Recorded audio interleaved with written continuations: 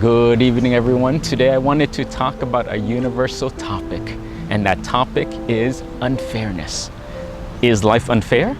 And if so, and you're put in these unfair situations, how do you handle it? And for me, I wanted to make this video because this is something that I struggle with. I used to have such a bad habit of when unfairness was presented in my life, the behaviors and the way I reacted to it was not so proper. But living in the monastery, for me, I love it, is because they teach you right view. They teach you how to see our problems in a different perspective. And this is what I wanted to share with all of you. Some of the lessons that I learned to overcome this topic of unfairness. And to illustrate this properly, I wanted to share a personal story and a case study. So when I first came into the monastery, it was a whole new world. And this world consisted with a lot of training. Training to learn meditation, training to learn discipline, training to learn about habits and yourself. And one of the ways that they train us is with cleaning. We do a lot of chores, and we do chores on a daily basis. And some of the chores consist of cleaning the dining hall, the meditation room, cleaning outside the temple, inside the temple. That consists of sweeping and then mopping and then wiping down and getting things organized and in order. But the list just goes on and on. So we have laundry, we have food, we have keeping material things like our clothing and our shoe racks, all of that stuff, again, nice, neat, and organized. So this is just part of the training. So the second piece to that is, can issues arise in this kind of environment? And I say yes. Yes, problems started to arise because when we come to the monastery as new monks, what that means is we have men coming from all backgrounds, from different religions, from different countries, coming to train themselves. Why this can present a problem is because people have different habits. People have different values. People have different disciplines and ways of behaving and thinking, and different wisdom levels. So when all these types of people come in, now it can get challenging. On top of that, why it's challenging here in the monastery when we came to train ourselves is because the environment here in Thailand, it looks beautiful, but not easy. Not easy meaning it is hot. And hot environment, humid environment, I don't even know how to describe it for you. And for me, I come from California, living by the beach, so this was such a new environment where when you come out of the shower, it's time to shower again. It is that hot. It was a lot of mosquitoes. In a training environment, you have a lot of people from different backgrounds cramped into one space, and different languages, different cultural contexts. In this kind of environment, again, more problems can start to arise. So from that, when we're doing our chores, knowing that people are coming from different habits, knowing that this is a training environment, it was challenging because when we would do our chores, such as I'll use an example of doing laundry. And when we did laundry here in the monastery, it was by hand. And they didn't have the machines, but they would set up the laundry station into like 4 different buckets. Just each of the buckets filled with water. The first one, just to soak our clothes overnight and our robes overnight. The second one, then it had soap. Then you would rinse it. The third one is just clean water. So again, rinse it even more. The fourth one, more clean water, rinse it even more. And then you would hand wring the clothes to get the water out, and then we would dry this. And one of the issues that came up, because like I said, people have different habits, is it was challenging because some people came late. Doing chores, then they would take their time. They would mosey in. I'm like, why are you late? Some people then would try to find a way, as we're wrapping up chores, they would sneak off before we're even done. I'm like, where are you going? Some people would come to do chores and they're slow. Oh, they take their time. They're relaxed. So while everyone is working hard, there's always someone who is just take their time. There's someone who in the group will be mindless and talk, chit chat. Some people will then choose which station is the most easy because they want to do less work. So in this environment, what I've noticed about myself is then I would start to be critical. I would start to compare, hey, why are you not doing as much as everyone else? That is not fair. That is not fair. Why are you coming late? Why are you leaving early? Why are you not putting enough effort? Why are you XYZ? The list goes on. Goes on and on and on. And for me, because I'm like, you have to put in the same effort that I'm putting in because we're working as a team. So from that, then I would, because it bothered me, I would go tell my brother monk, my mentor monk. And I'm like, hey, venerable, this person, hey, he's not pulling his weight. He's coming in late. He's talking a bit too much. He's moving a little bit too slow. He's not cleaning the laundry as clean as it needs to be. Can you fix him? And then my mentor monk would say, it's okay. It's okay. And just, I'll talk to him, but for you, keep doing your chores. So for me, not satisfied. Not satisfied. Any opportunity I had, let me go hire. Let me go tell my teaching monk. And I would tell the same thing. These individuals, they're not doing X, Y, Z, and it's not fair. I'm pulling the weight, or they are not pulling the weight. And my teaching monk would give me the same response of, again, don't worry about them. And for you, just keep doing your chore and just keep going. You're doing a fantastic job. And for me, I was not satisfied with that. I want them to fix the issue. So then when they didn't fix it, then I would complain to all my other brother monks. And I was like, again, did you see how this person and their habits, how they showed up late again? And this would always be in the back of my mind, and it consumed a lot of energy. When I didn't have my brother monks to complain to, my teaching monks to complain to, my mentor monks to complain to, you know what I did? Complain to myself. So in my mind, I'm doing the laundry, I'm doing my thing, but because no one's listening to me and no change is happening, now I'm side-eyeing you. I'm judging you in my own head. You don't even know about it. And then I'm starting to become passive aggressive, and they're renting space in my head as I'm supposedly training myself, all my energy right there on this person, on this habit, on what they're doing. And coming into the monastery, this was so different for me. As a Westerner, what we do, go address it. Go address it. And in the monastery with such a new style, I'm like, why is everyone so passive? Is this not an issue for everyone? Why am I bothered? And two, how come no one is saying anything about it?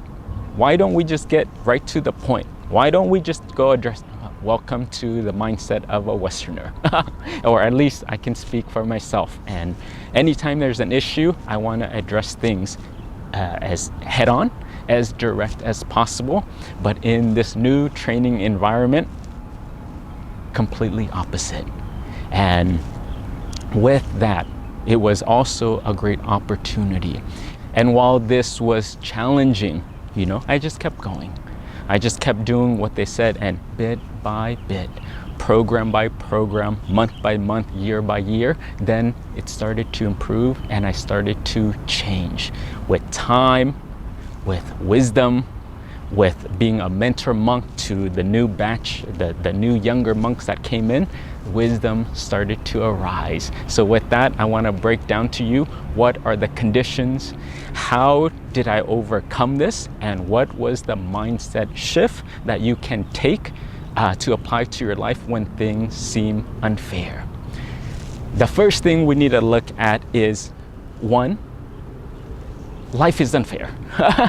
This is just how it is. Like I explained to you earlier, people have different habits, discipline, ways of being, values. So from that, it's gonna create these kind of conflicts, and there's no even way of being. This is just the reality of it. The second thing is then we can't control anyone else. We can do our best, we can give advice, we can give feedback, we can try to give them subtle nudges, but at the end of the day is people are gonna do what they're gonna do. And I cannot change them, I cannot force them. So with that is just accept the fact that there's only a certain amount that we can do, but at the end of the day, it is up to that person if they want to make a change or not. The third thing that I would add to all of this that helped me to shift my mindset is, what were my mentor monks, what were my teaching monks, what were they trying to teach me, and what perspective were they looking at? This was the part that I was missing, and why there was like a mismatch, or I couldn't understand how to look at the issue of unfairness, is because they were looking at it from a different lens. The lens and the paradigm that they were looking from it at was from the natural laws, just from karma. And what that means is, when you do bad, you get bad. When you do good, you get good. Good follows. And this is regarding thoughts, speech, and action. And any time that we do this, we're the ones that will get the consequence of that. It naturally follows. So what they were trying to teach us is keep training ourselves. And again, you're the one that will benefit. You're the one that will suffer from. It depends on what you choose. And we're all here to train ourselves. But again, at the end of the day, is follow this natural law. When you do bad, bad or darkness will follow. When you do good deeds, you do good action, you do good speech, keep doing that over and over, good stuff will start to flow into your life. And understanding this was a game changer, because for me, I wanted to make sure the other person gets a talking to. They change their habits, they get the consequence. But ultimately, at the end of the day, is life will take care of it. The natural laws will take care of it. So our task at this moment is, again, keep our eyes on us. Keep planting our own seeds, just like a garden. And if you want to plant weeds, weeds will grow. If you want to tend to your garden, tend to your lane and nurture it with just the good things will come, and you're the one that will benefit from it. So that's a third thing. Fourth condition that was helpful in giving me more wisdom to this kind of situation, and I had to look at it, is by being critical, by being obsessed, always looking at this brother monk or this person, their bad habit, being critical, focusing on the unfairness, I came here to become a monk to train me to improve my life and my habits. By doing this and focusing on them, at the end of the day, does it help me? Does it benefit me? And the answer is no, it does not. Not only does it not help me, it is counterproductive. It's counterproductive, meaning it's taking my own training to the opposite. And now I'm reversing. And here I was at the time thinking, no, I'm more advanced. I'm better than. I have better habits because I'm doing my chores. But realistically, I'm still judging the other person. What makes me any better? What makes me any more wise? What makes me any more disciplined? And I didn't have the wisdom at that time. But like I said, with time to reflect, with some maturity, with guidance from people who were more wise than me, then it started to make sense. It started to make sense, meaning let it go.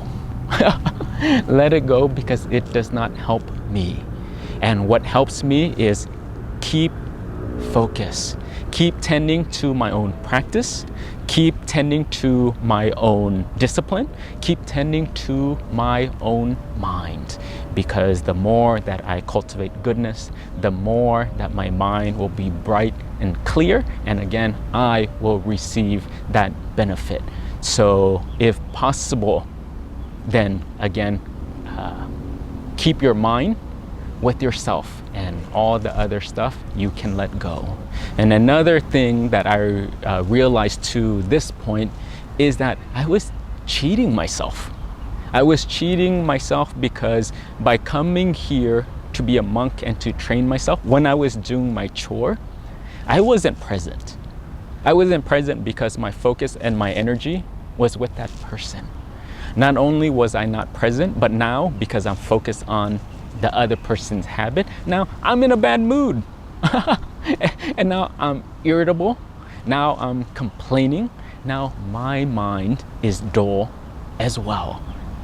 The other part of that is then when we do good, it produces merit. That means it produces good energy. It produces brightness in your mind. And I'm cheating myself because by doing these good activities, and instead of receiving the full benefits, the full fruits of doing good, no, I'm not getting the full benefits because my intention is not pure. My mind is not present.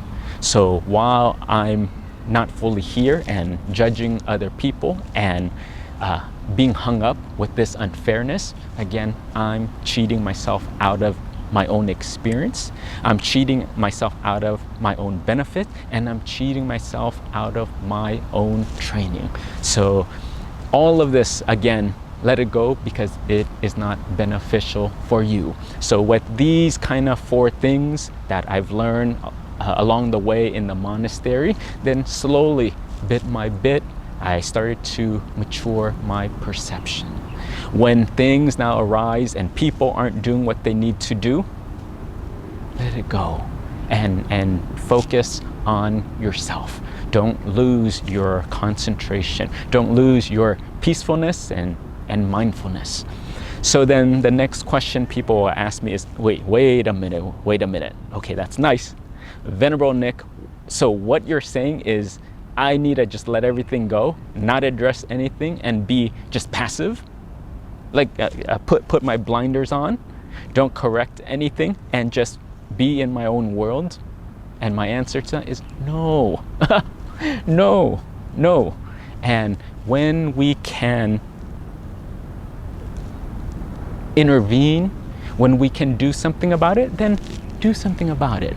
Take some small action. And when we can't do something about it, then let it go and continue on with your practice, but take the middle way. And some situations you can make an impact. Some situations you can't change. And from that, then again, come back to your own practice. So with that, why am I sharing all of this with you? And I wanted to share all of this with you is because hopefully some of these tools can help you to look at unfairness in a different perspective. To come back to your own training. The second piece to this of why I'm sharing is then when you encounter these kind of situations in your own life and in your own setting, you'll know how to deal with it. When you experience the coworker who's not pulling their weight, the classmate who is not pulling their weight, the spouse, the sibling, the friends, the environment that is not fair, the people that will start to annoy you, take a breath. Take a breath.